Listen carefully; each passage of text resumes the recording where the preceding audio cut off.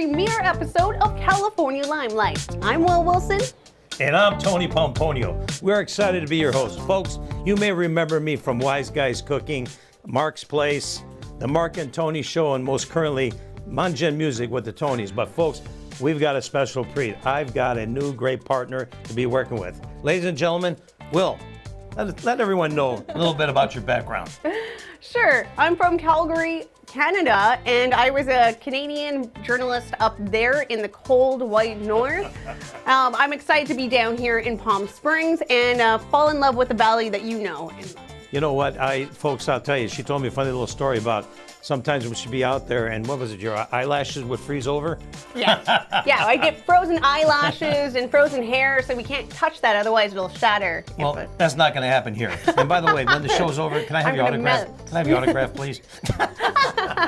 Anyway, why don't you tell us a little bit more about what's going on? Sure. Well, and we're broadcasting right from Palm Springs, California, and we'll be showing you fun and exciting things to do in California. We'll also be bringing the latest trends from the worldwide scene. And we're also going to be showcasing incredible local talent and featuring stories from legends of the valley. Speaking about getting out into the community, why don't we go do something and show everyone how exciting the valley really is? Well, what would you like to do? Okay, well, why don't we do one of my favorite hobbies, but I'll make it a surprise. Uh-oh. You know what? For some reason, folks, I'm starting to feel like I'm having a Regis moment on our show. Well, I'm going to blindfold you, but don't worry, I'll drive. Blindfold me? Okay, anyway. Well, let's go. All righty. What are we doing here? Are we going to a concert or something? No, we're going to go skating, and we're going to play hockey, you and me. Skating? I haven't skated since I was like 11 years old. I used to wear double-bladed skates. We used to go skating in the back of the ice rink at my elementary school. They have double-bladed skates here? We can ask, unless you want to forfeit now. Me? Forfeit to you? Absolutely not. Game on. All right, well then let's go.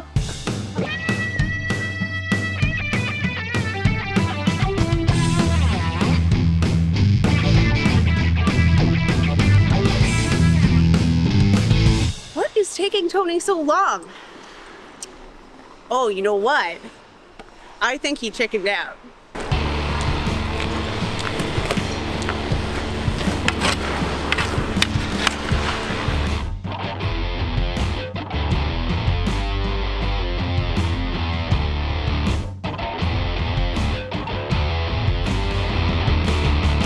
Nice skates you got there. Yeah. Palm Springsy up here. Palm Springs stuff. You think you got me now? Bring it on. Let's go.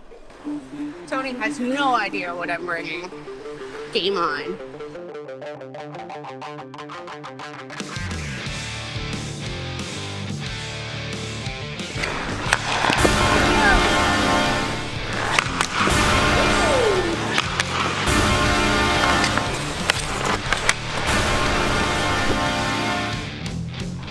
Bringing back my youth when I lived in Detroit.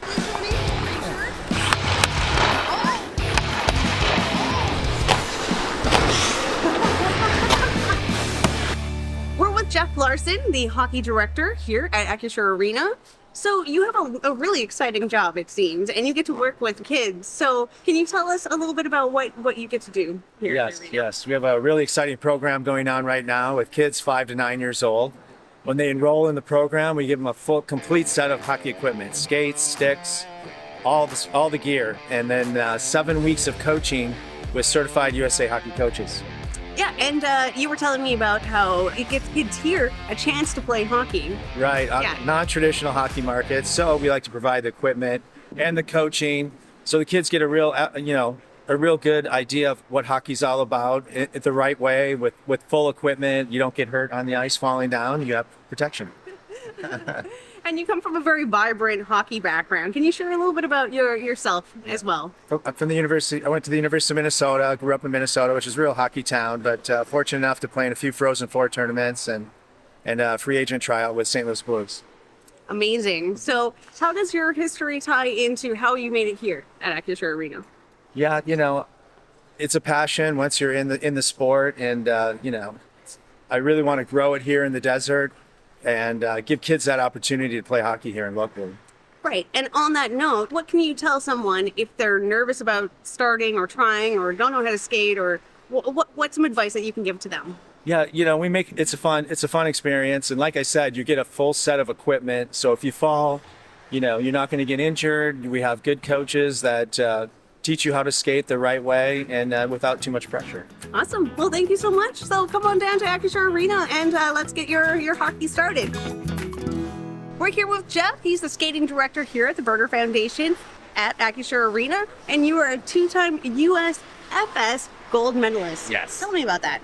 It's part of the testing structure with US Figure Skating. So all of our skaters go through different levels, and to compete at the senior level, you test up to your gold level, which you can do here at the Burger Foundation. Yeah, so the Burger Foundation is all about helping people help themselves, and it's beautiful that it ties into our community here in the Coachella Valley, and for all sorts of programs such as skating and figure skating, Exactly. hockey, for kids, adults, everyone. Tell us about that. From the ages of 2 and up to 99 years old. So we have our Coachella Valley Skating Academy, which is brand new to the desert.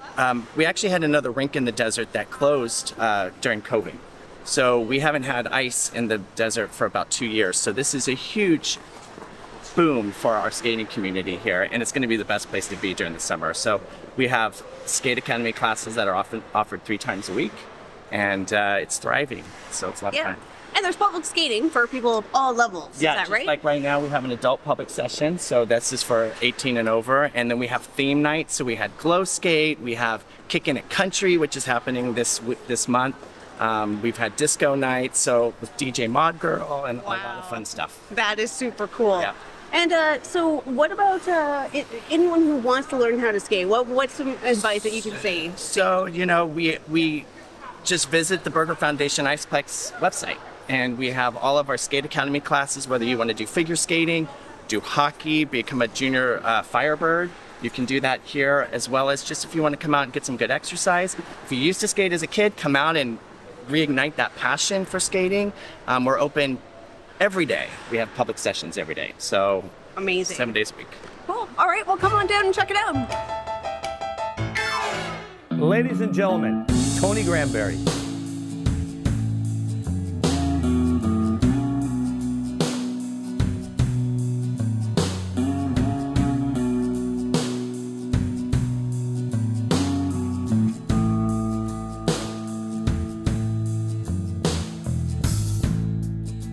I used to spend my nights out in a bar room.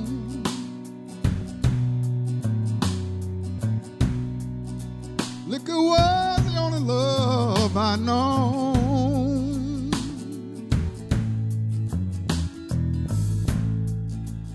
But you rescued me from reaching for the bottom and brought me back from being too far gone. You're as smooth as Tennessee whiskey. You're as sweet as strawberry wine. You're as warm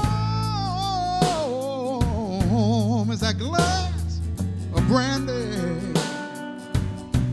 Honey, I stay stoned on your love all the time.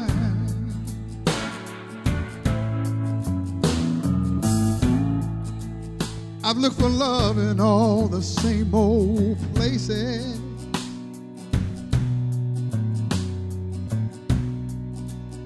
Found the bottom of the bottle's always dry.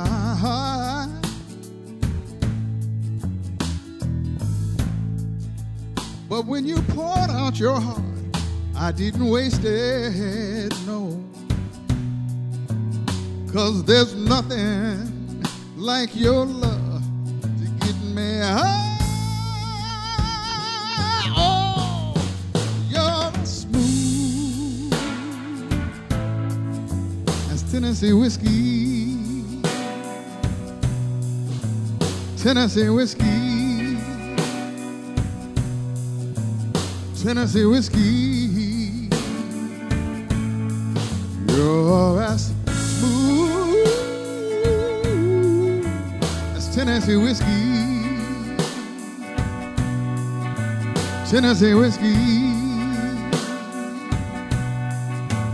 Tennessee whiskey.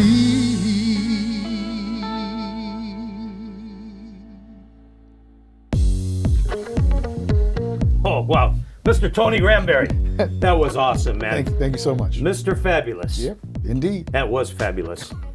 Thank you. So tell me, why are you known as Mr. Fabulous? Well, interestingly enough, when I came out here about 10 years ago, I was the front man for the GAN band, and we opened the Purple Room. I remember that. Right, Yep. right, and we did it for over a year, like Fridays and Saturdays. And I'm telling you, after a couple of months, every time I'd get off stage, you were fabulous. Fabulous this, fabulous this. I thought that was the unofficial word for California. I didn't even know. All right, so one early morning at 3 o'clock, I said, that's it. That's my hook, Mr. Fabulous. Mr. Fabulous. And it stuck. How about that? Yeah. That's so cool, man. I've heard it over and over, by the way. I hear people telling all the time, Mr. Fabulous, Tony Granberry. Yeah. So that's cool. So it really stuck really well. Yeah. So tell me a little bit about some of your favorite moments in your career. I got a couple that stand out.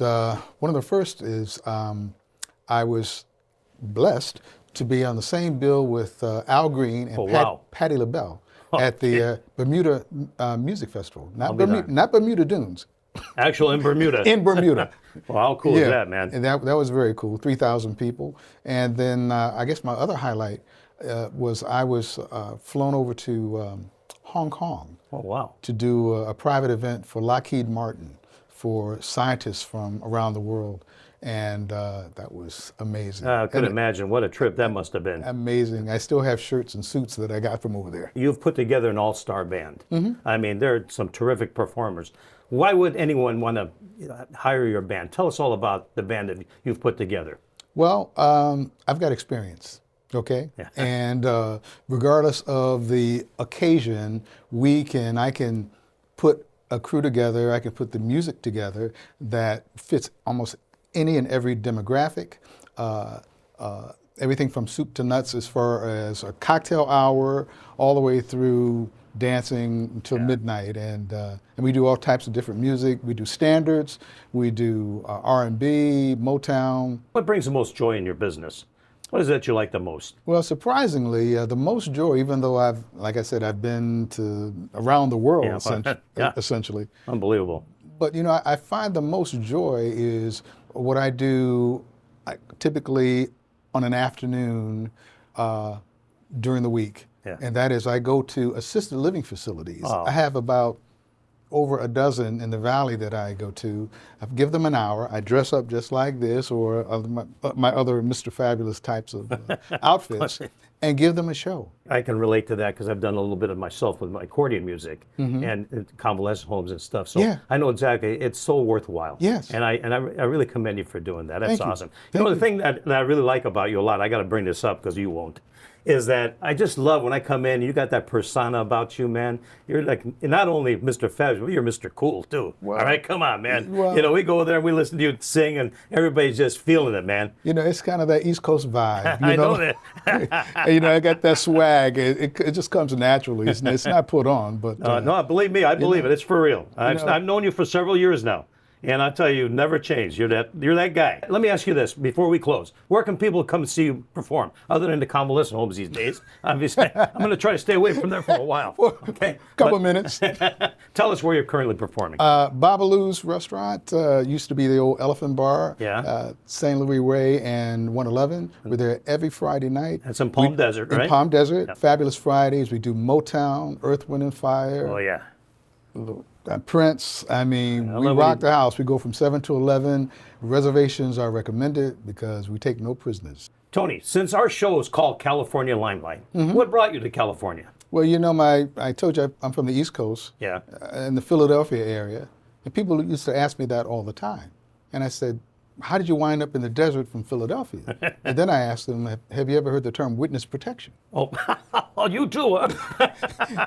And then everybody starts, laughing and talking about the weather. When I was a little boy, my dad put me on a train from Detroit. We stopped over in Chicago. We ended up in California with my mother and my brother. And to this day, I'm the happiest guy in the world. And my dad got me, it was Motown. Yeah. I love that about it. Indeed. But believe me, we're in a better place here. Indeed.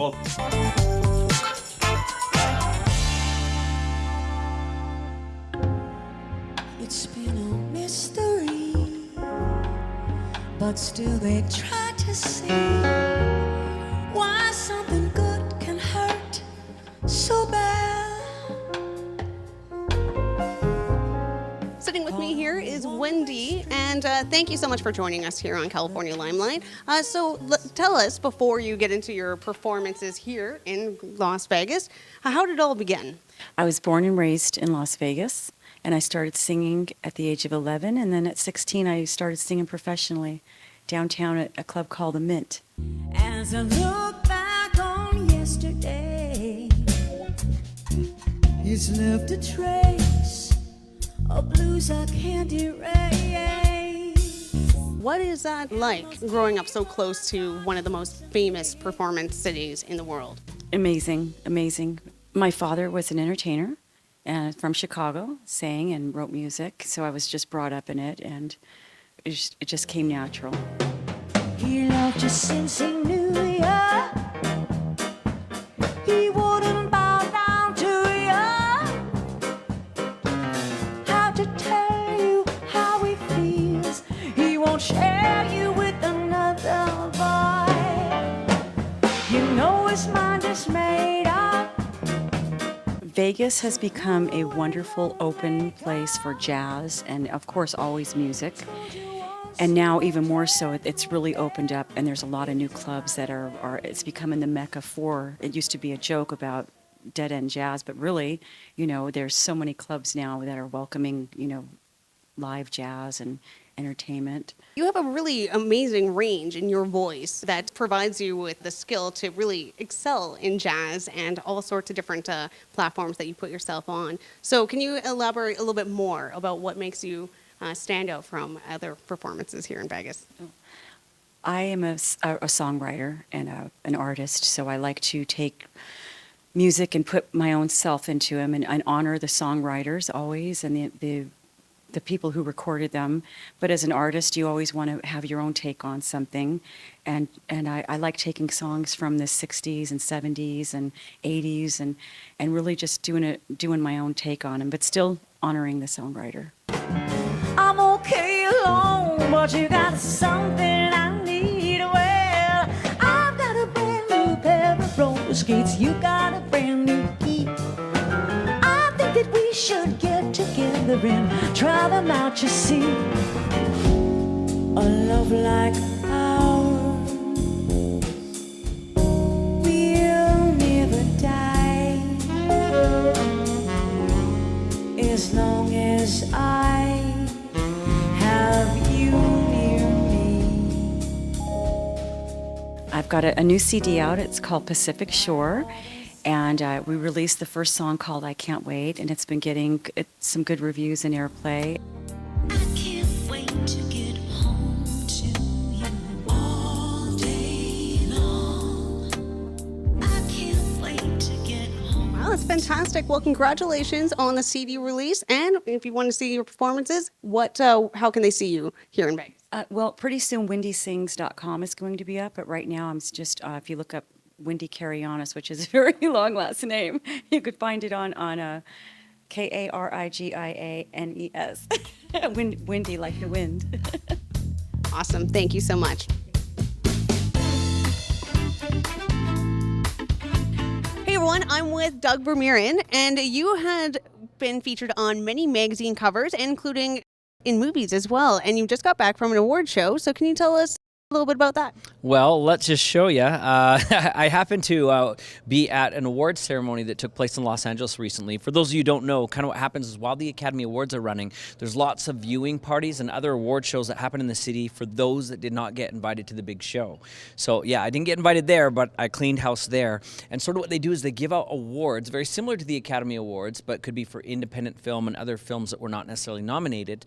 And all the categories are very, very similar. So I got nominated for Best Actor. And so, yeah, I came home with this little guy and pretty excited about it. It's been fun. One of the roles that you played in was actually a hitman, which is very Oh, yeah. interesting. So can you tell us a little bit about that and your character development and all that, and what went into that? Sure. Actually, the Hitman one was super fun. One of the reasons I actually even decided to take on that role was that it wasn't your typical kind of shoot 'em up, let's all get bloody kind of role. I love the character's name, Samuel Finch, and I love that they try to explore the more humanistic view of who he was, how he thinks, how he feels, why he makes the decisions that he does, and even his apprehension in the job that he has, but also in, how should we say, the subtle delights of eliminating certain people who kind of have it coming. So it was it was really, really fun to explore that, and I think for those who see it, you'll recognize that it's not your typical hitman movie. What is it like in the entertainment scene in California and even in worldwide? Wow, it's interesting because I've been fortunate enough. I've done movies in Canada. I've done movies, obviously, in the United States, all over. I've done movies in Asia and also in Europe, specifically the UK. So I guess the reality is the North American, or how should I say, the Hollywood sort of view of films has overflowed and affected every one of those markets. So a lot of the elements of how they approach film are very similar in many respects, but there's also a lot of little things that are different in each of those areas. So for example, in Asia, you don't really need to have the permits in place or any of these things like you normally would in North America, especially if you're using, say, gunplay in a city street or explosions or fast cars or any of that. In Asia, it's just kind of like you get some friends, they block off a street, pay the local police to look the other way, and it happens. So it's bizarre. But in places like the UK, of course, it's a lot more strict, and there's policies in place that, you know, keep us all safe, protected, and also keep the shooting private and controlled. So what is the future for you looking like now? Oh boy, busy as can be. It's probably this guy's fault. Shame on you, but thank you. In all seriousness, I actually go back onto the next film that I'm doing, I think, and I'm going to get this wrong, but it's Big Cats. It's a scary movie that I'm shooting in London, England, starts May the 8th. Then I go immediately from that. There's some people that I met that have produced some stuff for Lifetime, Hallmark, and a variety of the other shows. They're doing their first show for Shudder, a scary movie, and it's called Tenants, like an apartment tenant. And so I'm a lead in that, and I have to be in LA to film that on the 15th of May. Then I've also got a film later on this year that I'm doing in Toronto, Canada. Oh, sorry, even rewinding, April 2nd. I have to be for The Lurker. I play a police officer on the film The Lurker, and we're shooting at Niagara Falls. Wow, that's cool. Sounds like you're really busy. Yeah, And Niagara Falls is gorgeous. Oh, it is. Yeah, I hope they don't throw my character over the falls and expect me to do the stunt. We'll find out. It's not in the script, but things happen. Right. Awesome. Well, thank you so much, Doug. We're looking forward to seeing you in all your next films. Thanks for having me. We are excited to launch the first of our segment of Top Trends of the Week, where we take a look at a sample of what is trending and catching the attention of people all around the globe. So starting off with Chuck E. Cheese, which has launched a YouTube channel of beloved mouse generations have come to know and love. They promise an exciting and new platform, including interactive dance tutorials and challenges, zany songs, skits featuring Chuck E. Cheese himself and his friends, and remixing music tracks. Wow, designed to engage and entertain kids and families at home or wherever they may be. Ay, ay, ay. I thought Chuck E. Cheese was closing and going out of business several years ago, but I guess they were just evolving. I have a more recent experience being at Chuck E. Cheese as an adult with my friend's daughter, who she was just turning 5 years old at the time, and she was obsessed with Chuck E. Cheese. She was absolutely enamored by the mouse, and it was her birthday party, so he comes out to sing happy birthday to her, and when he was done, he tossed up some tickets that fluttered right past her. All the other little kids were picking up the tickets all around her, and she locked eyes with Chuck E. Cheese, and she bellowed with the most amount of gusto she could summon and said the following: "Chuck E. Cheese, I want to sleep with you!" And it was so loud that all the adults in the room looked over and started giggling because it was such an obscure thing to say, and I was a little embarrassed standing right next to her being like, okay, pick up some tickets. And Well, there's one thing I know I'm never going to do is lock eyes with Chuck E. Cheese. I'll tell you right now. That's for sure. Ay, ay, ay. What else we got going on, Steph? All right, so while Paramount Pictures intends to remake the 1958 Alfred Hitchcock-directed psychological thriller Vertigo, with Robert Downey Jr. eyeing the James Stewart lead role with the former police detective forced to retire after a line-of-duty trauma that leaves him with a fear of heights, and vertigo. Last time I saw Robert Downey Jr. was an 11 o'clock news here in the Palm Springs area. But it's all good.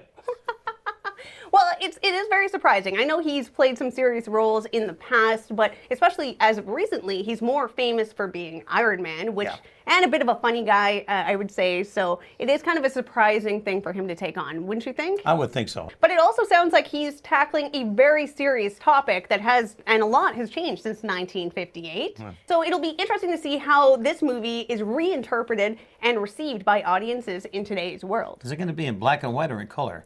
I would color, I'd hope. Okay, now here's a trend we've been hearing about and we just can't wait to avoid. Artificial intelligence, also known as AI. It has been trending. All has the incredible power of generating photos of every corner of the imagination, to writing essays and reports, all with minimal human effort. Can you believe that? It is hard for me to wrap my head around, and of course there has been a lot of serious reactions, such as cautious concern and fear of further computer automation, yet it also bears incredible untapped potential and ultimately hope. On one hand, AI could have the potential of replacing workers, and that is understandably fearful for many, but on the other hand, it can also aid in productivity, enabling workers to have much more productivity and ultimately more free times to enjoy their lives. You know what? I can tell where your college education comes into this whole thing, but the only AI I know is Allen Iverson. He was a basketball player for the Philadelphia 76ers, for crying out loud. Unbelievable. You know, back in the day, big change in technology was when they invented the first computer. I mean, the first computer was the size of a bedroom, okay? It's big hunks, machinery and stuff. I remember going to the first computer seminar that I went to, and I go, this stuff's never gonna last. I'll take typing class instead. And then later, though, I did catch on. I did catch on later. You know, I was driving. Did your typing come in handy, or do you still do that? Well, actually, no, I forgot about typing. I took photography instead because it was dark. Girls in the class as well, you know. Anyway. With the red light, yes. Oh, that was bad. Anyway, but I did take the big steps. I did get me one of those brick telephones, okay? But, you know, it took me a while to get it hooked up because I had to make a little more money. I spent all my money, $500 to get the brick. So I would be driving on the freeway, and I'd see a nice-looking girl driving alongside me, and I'd pick up that brick. I act like I'm talking on the phone. I look over there. How you doing? Next offering. Okay, everything's good. Anyway, that's my experience with AI. Jesus, I can't believe it. It's amazing how far technology has advanced. But even for people in my generation who've been exposed to computers at a young age, the advancements make our head spins as well. All joking aside, can you walk into a restaurant and not see a child with some sort of a computer in front of them playing games and stuff like that? It's a new babysitter. Yeah. You know? Right. Yeah. Well, it's a whole new world now. Well, it sure is. And once again, I feel like Regis. I'll help you along. Okay, you know what? I'm so glad that they teamed this up because I think I need your help. So those were our top trends of the week. If you have topics that you would like to suggest or see on our show, send us a message on Facebook, which is California Limelight, or email us at californialimelightps@gmail.com. You got it. Well done.